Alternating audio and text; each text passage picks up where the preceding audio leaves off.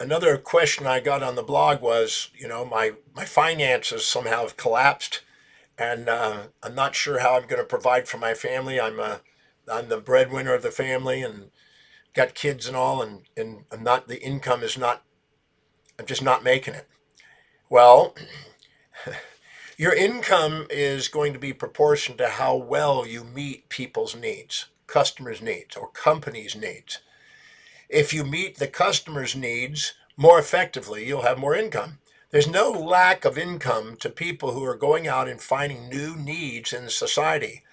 If you solve a problem or answer and give a solution to people and give them a product, service, or idea that meets their needs, there's an income.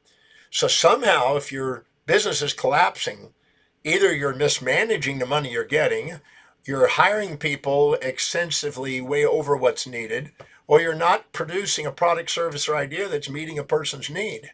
First, you need to go and diagnose what the heck's going down. Is it because you're making a product that you think people need and you're just assuming you know better than the customer and you're being humbled by it? And it's not a demand whatsoever. If so, you might need a focus group and find out what product, service, or idea is really needed and start moving in the direction of creating a product that really has a demand. When you have a demand, then you just need to supply it, and there's an income source. But if you have something that you believe in, but nobody else believes in, nobody thinks they need it, and you haven't articulated the value of it in terms of your products, your sales and marketing and advertising, well, then there's no need, and you're going to be, there's no drive, no demand, and there's no income, and so you're going to have a collapse on that. Or you've been spending money on unexpected bills. So this is where foresight comes in, making sure that you actually meet the person's need, think through the cost, ask yourself, how do I more effectively and efficiently do what I'm doing tomorrow so I can keep cutting the cost down and keep providing more value, more service, more ideas for more people in less cost. I mean, that's the name of the business.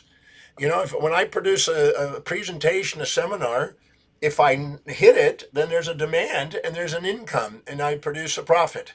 If I hit something that I think is going to be important, but it doesn't do it well, and there's no demand and I don't articulate it well, there's no profit. And it's my job as a researcher and writer to keep producing something that's of value to people. If I don't produce something valuable, I'm out of business. And if I want to be able to speak and be in business speaking, then my responsibility is to keep thinking about what it is that people need and how can I be of service to them. When you have that as your innermost dominant thought, people can't wait to get your service. When you can't wait to get up in the morning and be of service, people can't wait to get it.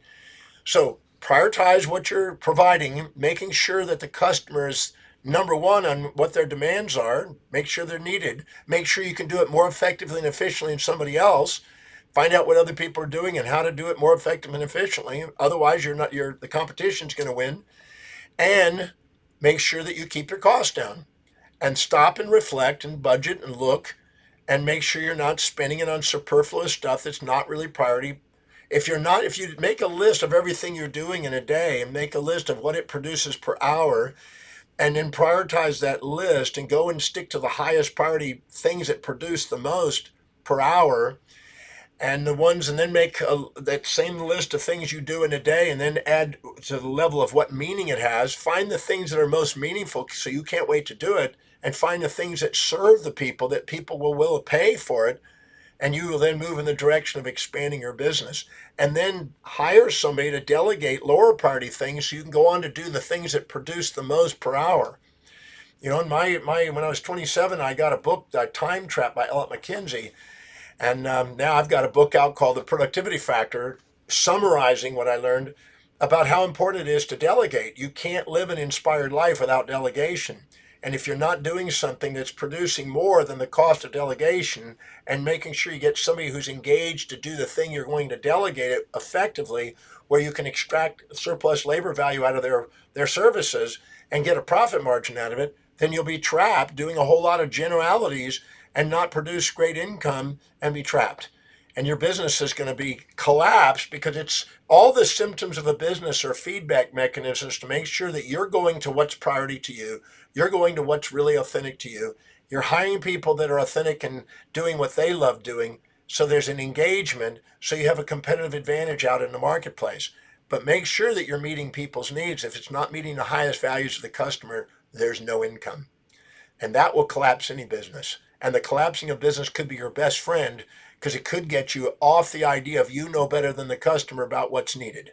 Make sure you listen to the customer. The customer is the one buying. And if you want to make income and not collapse and have your family challenged, make sure you find out what they really want and make sure you provide a way of directly or indirectly meeting it in the most efficient, effective manner.